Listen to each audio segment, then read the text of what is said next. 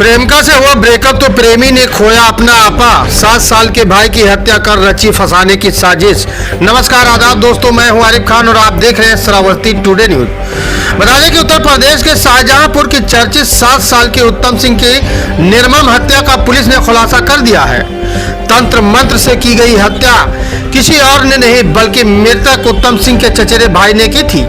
बताया जा रहा है कि प्रेम प्रसंग में असफल होने पर प्रेमिका और उसके मामा को फंसाने के लिए उत्तम सिंह के शरीर को नुकीली कील से कई छेद कर तंत्र मंत्र दिखाने के उद्देश्य से साजिश रची थी। दरअसल उसकी प्रेमिका बलात्कार के केस में उसे फंसाने की साजिश रच रही थी। इसी का बदला लेने के उद्देश्य से उसने ये साजिश रची। षड्यंत्र के तहत फंसाने की साजिश रचकर इस निर्मम हत्याकांड को अंजाम दिया।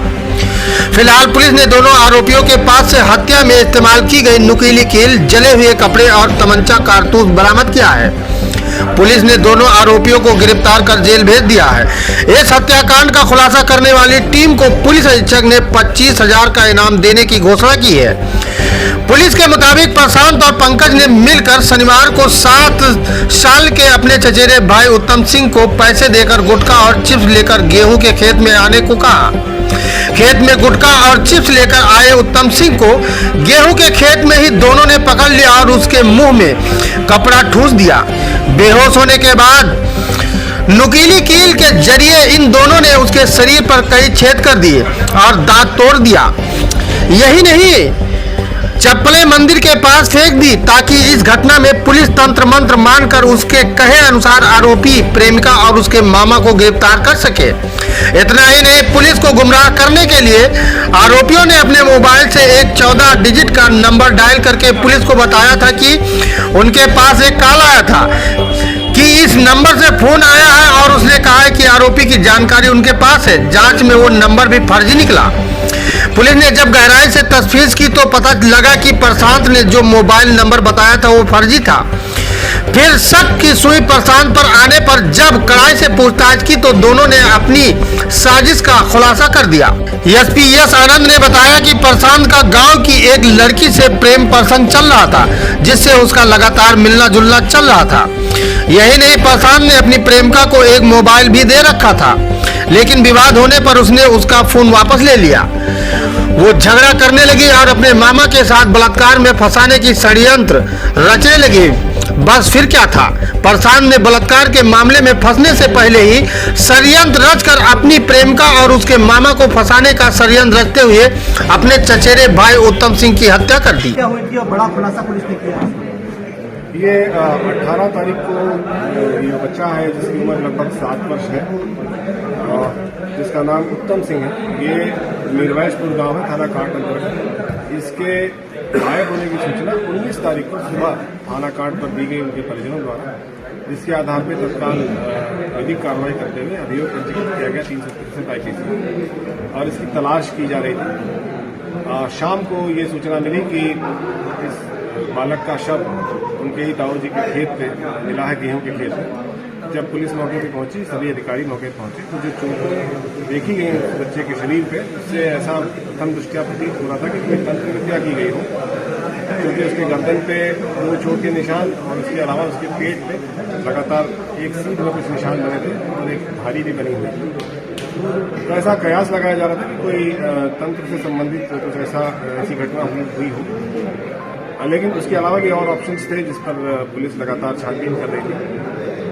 इसके एक भाई जिसका नाम प्रशांत था, उसने ये पुलिस को सूचना दी कि उसके मोबाइल पे 14 अंक के नंबरों से 2 कॉलें आई थी और उस पर वो ये बता रहा था, जिसने बात की उसने ये बताया कि तुम्हारे भाई के बारे में मैं जानता हूँ, 2 लोग ले गए, लेकिन मैं नहीं बताऊंगा कि मैं पुलिस में फंस जाऊंगा। इसको वेरीफाई कराने का जब प्रयास किया गया तो देखा कि उसके मोबाइल पर इस तरह की कोई कॉल नहीं थी।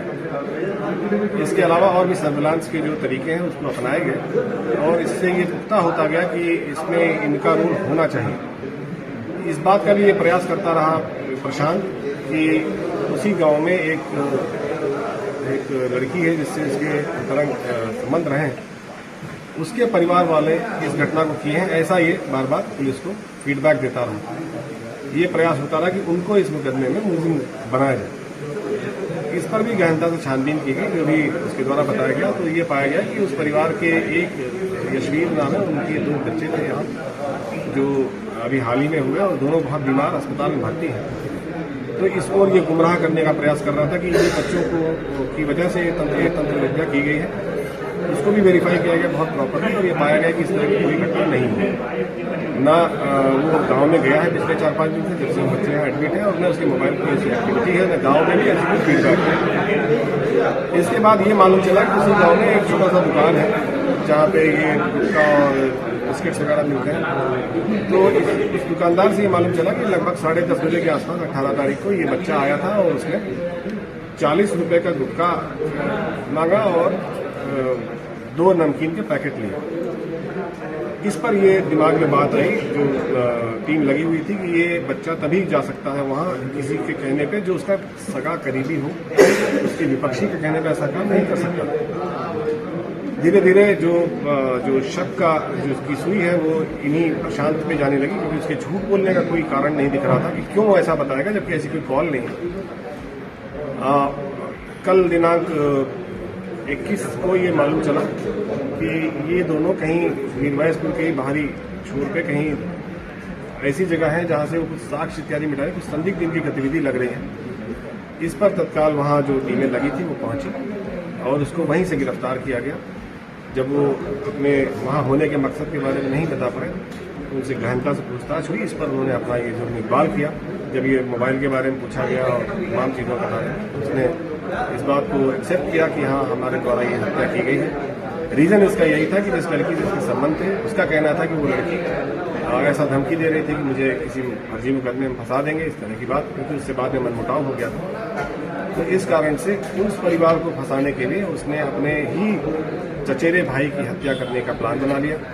प्रशांत एक ऐसी जगह काम करता है जहाँ सरिये इत्यादि का काम होता है और वहाँ उसने ग्राइंडर की मदद से एक करीब 8-10 इंच का एक सरिया का टुकड़ा उसको नुकीला बना लिया था और उसको इस प्रकार से चोटें दी गई कि ये लगे कि ये तंत्र का काम है। और इस पर यह भी क्लेम किया गया कि उसका चप्पल कहीं स्मशान घाट के पास। तो ये सारी चीज़ें इन्होंने प्लान की कि इस तरह से मारा जाए और इस तरह से कॉल किया जाए, बताया जाए और इस तरह से, ताकि पुलिस गुमराह हो जाए।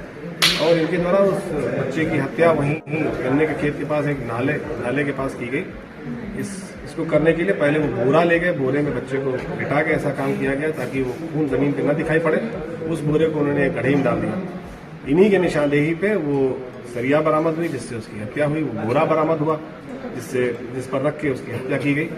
और इसके पश्चात एक अवैध असलाह भी बरामद हुआ इनके कब्जे से, जिसको रख के वो लगातार डराते रहे। इन्होंने ये बताया कि उस लड़के को इन्हीं ने भेजा था 50 रुपए का नोट देके कि तुम गुटखा ले आओ 40 रुपए का, और 10 रुपए का लड़के ने नमकीन ले लिया था। दोनों पैकेट भी वहाँ मौके पर मिले जहाँ ये घटना की गई उनके द्वारा, जो नमकीन के पैकेट खाए हुए थे। तो वहाँ ले आने के बाद जब बच्चा वहाँ पड़े, वहाँ गन्ने की तरफ ले आना, वहाँ ये लोग ऑलरेडी पहले से इंतजार कर रहे थे। जब वो बच्चा लेके आया तो इनके द्वारा उसको पकड़ के वहाँ उसको गमछे से बांध दिया गया, जिसके कारण उसका एक दांत टूटा था। ये भी ये शक चूंकि तांत्रिक विद्या पे जा रही थी तो ऐसा हुआ लगता था कि भाई इस दांत को उखाड़ा गया, क्योंकि होंठ पे उसकी कोई चोट नहीं थी। लेकिन बाद में ये चीज़ क्लियर हुई कि इस कारण से उसका दांत ऐसा टूटा।